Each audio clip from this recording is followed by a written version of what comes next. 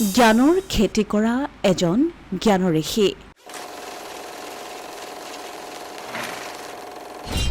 খেতিয়ে তেওঁৰ প্ৰাণ, খেতিয়ে তেওঁৰ মান আৰু স্বাভিমান। মীন পালন, পশুপালন, নানা তৰহৰ শাক পাচলিৰ খেতি অথবা এৰী মুগা পালনেৰে স্বনিৰ্ভৰশীলতাৰ আদৰ্শ দেখুওৱা বহু শিক্ষিত যুৱক যুৱতী অথবা ব্যক্তি সমষ্টিৰ খবৰ আমি বিভিন্ন মাধ্যমযোগে প্ৰায়ে পাওঁ।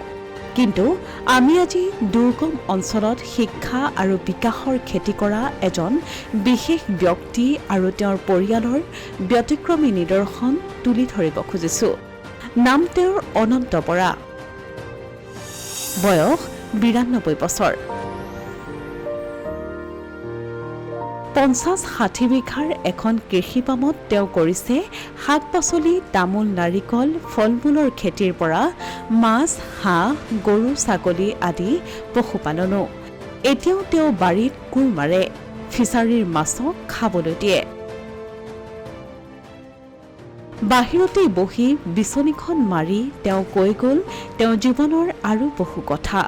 গুৱাহাটীৰ কটন কলেজিয়েটৰ স্কুলীয়া শিক্ষাৰ পাছত তেওঁ কটন কলেজত তেতিয়াৰ আইএ পঢ়িছিল। তাৰ পৰৱৰ্তীকালত শ্বিলঙৰ ছেইণ্ট এডমাণ্ডছ কলেজৰ পৰা স্নাতক ডিগ্ৰী গ্ৰহণ কৰিছিল অনন্ত বৰা নামৰ এই লোকজনে। ইয়াৰ পাছতেই তেতিয়া অসমৰ ৰাজধানী শ্বিলঙতেই তেওঁ শিক্ষা বিষয়াৰ ৰূপে কামত যোগ দিছিল। ইয়াৰ পাছতেই তেতিয়া অসমৰ ৰাজধানী শ্বিলঙতেই তেওঁ শিক্ষা বিষয়াৰূপে কামত যোগ দিছিল। তাৰ মাজতেই তেওঁ BT প্ৰশিক্ষণ সম্পন্ন কৰিছিল। সেয়া আছিল ১৯৬২ চনৰ ঘটনা। ৰাজধানীত কৰ্মৰত অৱস্থাতেই তেওঁ মনোনয়ন লাভ কৰিলে মছুৰীস্থিত ICS একাডেমীৰ অসমীয়া ভাষা প্ৰশিক্ষক হিচাপে। সেই সময়ত অসমৰ শিক্ষামন্ত্ৰী কাৰ্বি আংলঙৰ ছত্ৰ সিং তেৰণ আছিল অনন্ত বৰাৰ অভিভাৱক স্বৰূপ। ICS একাডেমীত নিযুক্তিৰ খবৰ পোৱাৰ লগে লগে তেওঁ অনন্ত বৰাক মাতি নি কি ক'লে শুনকচোন তেওঁৰ মুখেৰে। চেণ্ট্ৰেল ছেক্ৰেটেৰিয়েটৰ এজন অফিচ ক্লাৰ্ক মছুৰীত থাকিব লাগে। মছুৰীত তেওঁ উত্তৰ প্ৰদেশৰ মছুৰীত থাকি অসমলৈ আহিবলগীয়া IAS সকলক অসমীয়া ভাষা শিকাব লাগে। সেই দিল্লী চেণ্ট্ৰেল ছেক্ৰেটেৰিয়েটৰ পৰা তেতিয়া মছুৰীলৈ যাবলৈ ইচ্ছুক নাই ল'ৰাবিলাক। তেওঁলোকে অসম ছেক্ৰেটেৰীলৈ চিঠি দিলে, যদি কোনোবা উইলিং কেণ্ডিডেট আছে, they may go' to Mussoorie and they may stay there and they may be teacher of IAS person to teach them Assamese language. এইখিনি কথা ক'লে। তাৰপিছত মই সেই কথাটো শুনি পেলাই যাবলৈ মন কৰিলোঁ। তেতিয়া আছাম ছেক্ৰেটেৰিয়েটৰ পৰা দিল্লী ছেক্ৰেটেৰিয়েটলৈ মই দৰখাস্ত দিলোঁ। I got the first nomination. মই প্ৰথম নমিনেশ্যন পালোঁ আৰু মোক যাবলৈ দিলে। তাৰপিছত আহি এতিয়া অন্য এটা পৰ্যায় মই যেতিয়া মছুৰীলৈ যাবলৈ সুবিধা পালোঁ, বৰ আনন্দ পাইছোঁ। দিল্লীত জইন কৰিম, দিল্লী ছেক্ৰেটেৰিয়েটৰ মই ৰেগুলাৰ অফিচ এছিষ্টেণ্ট হ'ম, তাৰপিছত মছুৰীত থাকিমগৈ। এই সূত্ৰে মই যিগৰাকী মানুহে মোক অন্ন বস্ত্ৰ আৱাসৰ সুবিধা দিছিল সেইগৰাকী হ'ল মাননীয় ছত্ৰ সিং তেৰণ ডাঙৰীয়া। তেওঁ অসম ছেক্ৰেটেৰিয়েটৰ মাননীয় মন্ত্ৰী ডাঙৰীয়া আৰু তেওঁই মোক চাকৰি দিছিলে। তেওঁই তাত চাকৰি কৰাৰ সুবিধা দিছিলে, সকলোখিনি ব্যৱস্থা কৰি দিছিলে। গতিকে যাবৰ সময়ত মই তেওঁক মাত লগোৱাত তেওঁ ক'লে বোলে আপুনি মছুৰী যাব নালাগেহে অনন্ত, মোক ক'লে। মই বোলো ছাৰ, মই মছুৰীলৈ যাবলৈ ঠিক হ'লোঁ আৰু আপুনি মোক খালি এতিয়া অনুমতিটো দিব লাগে, আশীৰ্বাদ দিব লাগে মই যাতে তালৈ যাওঁ। অলপ সময় ৰৈ পেলাই কৈছোঁ তুমি নালাগে যাব। তাৰপৰা মই যেতিয়া অলপ কাঢ়াকৈ ক'লোঁ যে ছাৰ মোক বাধা নকৰিব, মই যাবলৈ একেবাৰে তৈয়াৰী। তেওঁ তেতিয়া কাঢ়াকৈ ক'লে অলপমান, তোমাক মই মছুৰীলৈ যাব নালাগে বুলি কৈছোঁ, তুমি নালাগে যাব।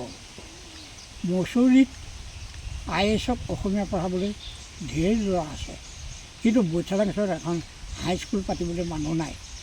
ইউ আৰ টু গ' দেয়াৰ এজ হেড মাষ্টাৰ। মই একদম থমকি ৰৈ গ'লোঁ। লোভে মোক একে ক্ৰিয়া কৰি পেলালে। মই মছুৰীত অফিচ এছিষ্টেণ্ট হৈ যোৱাতকৈ বৈঠালাংছত হেডমাষ্টাৰ হৈ যাম, এই মায়ে মোক মুহি পেলালে। মই সিদ্ধান্ত ল'লোঁ।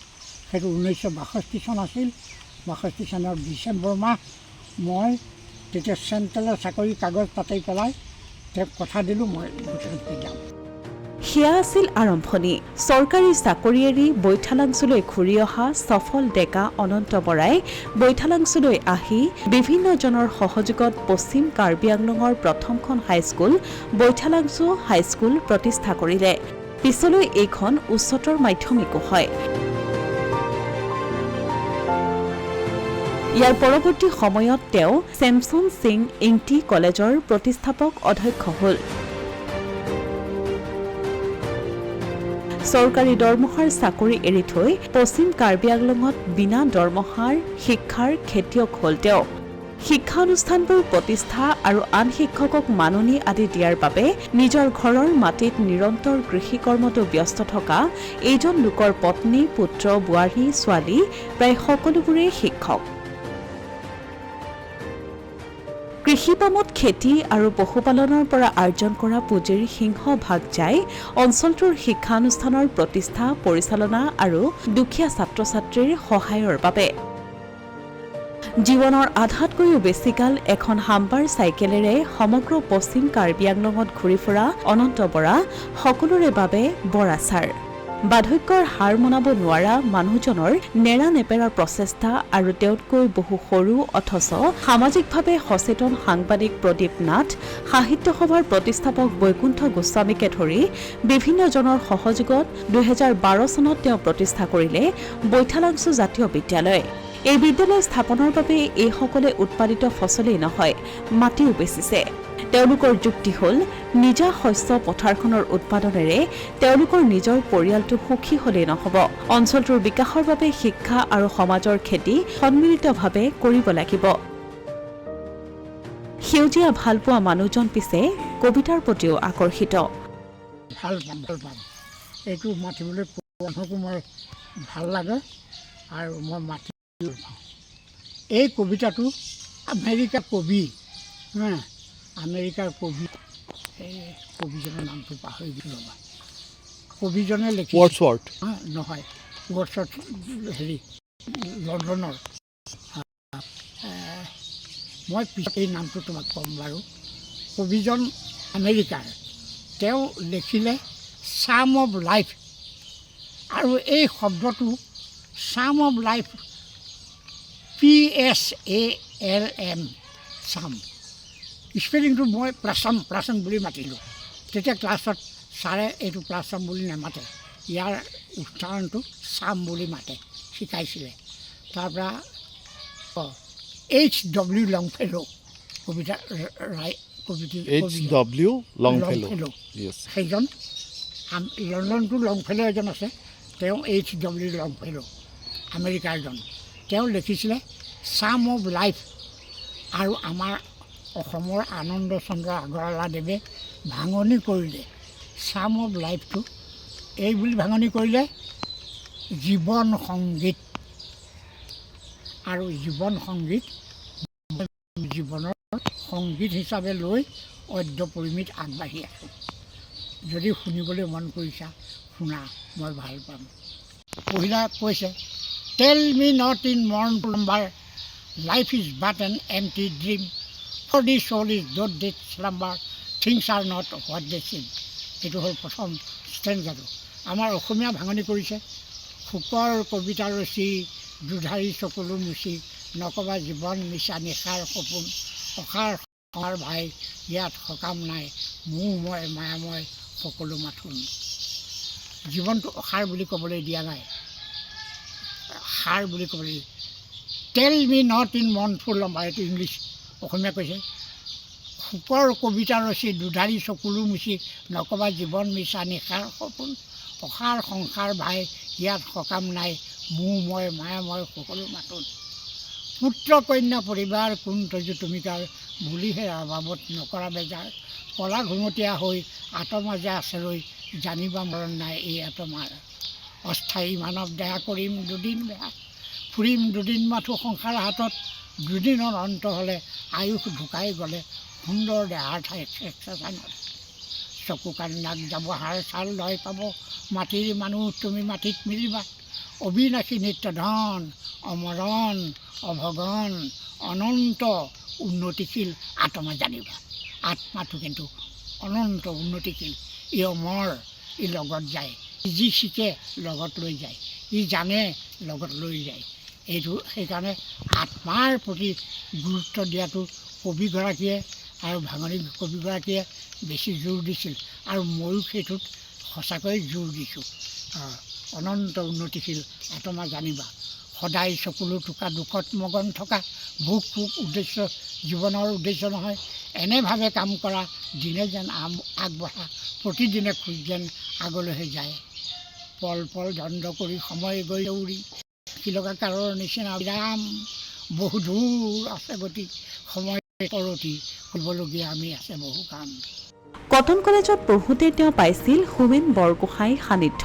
ক'লে তেওঁ সেই অভিজ্ঞতা মেন তেতিয়া আৰু তেতিয়া ষ্টুডেণ্ট মই IS মানে ইংলিছ মেজৰ লৈ ফ'ৰ্থ লাষ্ট ছেমিষ্টাৰৰ মানুহ আৰু আমি একেখন হোষ্টেলত আছিলোঁ ছেকেণ্ড হয় আৰু এই ষ্টুডেণ্টবিলাকক ছিংগুল ৰুম দিছিলে হোমেন বৰগোহাঁইও ইংলিছ মেজৰ কাৰণে তেওঁ ছিংগুল ৰুম দিছিলে তেওঁ খেলি মেলি মানুহ বুলি পেলাই আমি কওঁ কেতিয়া আহে কেতিয়া পঢ়ে কেতিয়া কিতাপ সামৰে কোনো নাজানে আৰু কলেজত গৈছে নগৈছে নাই ক'ত গ'ল কি হ'ল কোনো নাজানে কি পঢ়িছে কি নপঢ়িছে সেয়াও নাজানে ইংৰাজী পণ্ডিত আৰু ইংৰাজী তেওঁ জানিলে আমি জানে এনেকৈ ৰাম গগৈ আৰু তেওঁ দুইজন বন্ধু একে হোষ্টেলতে থাকে ছেকেণ্ড মেষ্টতে আমি জুনিয়ৰ নহয় তেওঁলোকৰ লগত সাহ নাপাওঁ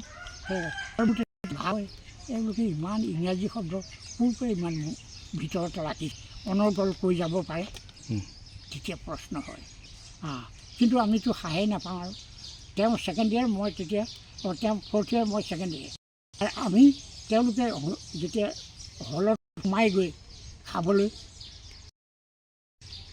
জুনিয়ৰ ষ্টুডেণ্ট খাৰা হৈ সমান দেখায় ইমান গোহাঁই ছাৰৰ প্ৰতিভা তেতিয়া আপুনি দিছিলনে ছাৰৰ যে দেখিছিলোঁ হয় প্ৰতিভা দেখিছোঁ তেওঁ কোনো নহয় তেওঁ অনাৰ্ছ ষ্টুডেণ্ট অনাৰ্ছ ফিজিক্সত অনাৰ্ছ কেমেষ্ট্ৰিত অনাৰ্ছ মেথামেটিক্সত অনাৰ্ছ ইংলিছত অনাৰ্ছ ফিল'চফিত অনাৰ্ছ হিষ্ট অনাৰ্ছ এই অনাৰ্ছবিলাক সিহঁতৰ কাণ্ড কাৰখানাই বেলেগ থাকাই বেলেগ গুৰু গোসাঁই বেলেগ আৰু কটন কলেজ আৰু ৰিয়েলি আৰু আমি সেই সময়ত প্ৰিন্সিপাল হিচাপে পাইছিলোঁ কুমাৰ গোহাঁই আমি কটনত যেতিয়া এডমিশ্যন লৈছোঁ তেতিয়া হিৰণ্য কুমাৰ গোহাঁই দিলোঁ হিৰণ্য কুমাৰ এই ভূঞা প্ৰিন্সিপাল আছিল আৰু তেওঁ প্ৰিন্সিপাল কিমান কাৰা এষাৰতে বুজিবা তেওঁৰ ৰুমটোত কোনে কেতিয়া সোমাবাৰে কোনে কেতিয়া লগ কৰিবাৰে একেবাৰে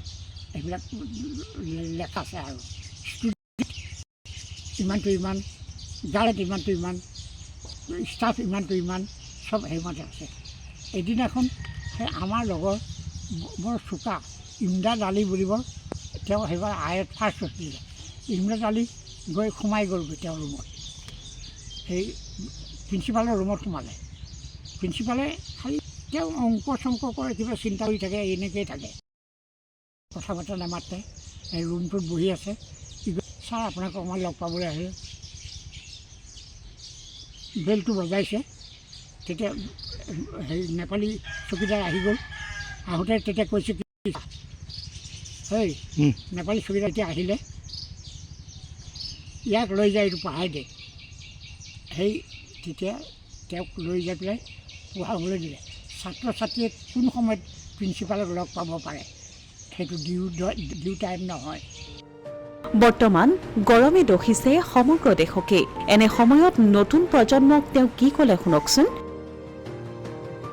এই যে এতিয়া যিটো প্ৰাকৃতিক পৰিৱেশ এই পৰিৱেশটোৰ পৰা নতুন প্ৰজন্মই কোনো ৰকম হাত সাৰিব নোৱাৰে যদিহে তেওঁলোকৰ থকা কৰা স্বভাৱ চৰিত্ৰৰ অলপ সাল সলনি নকৰে এতিয়া বিশেষকৈ আমাৰ পৰিৱেশটো সেউজ হৈ থাকিব লাগে, গছ গছনিৰে ভৰি থাকিব লাগে, তাৰ জলবায়ু ঠিক থাকিব লাগে।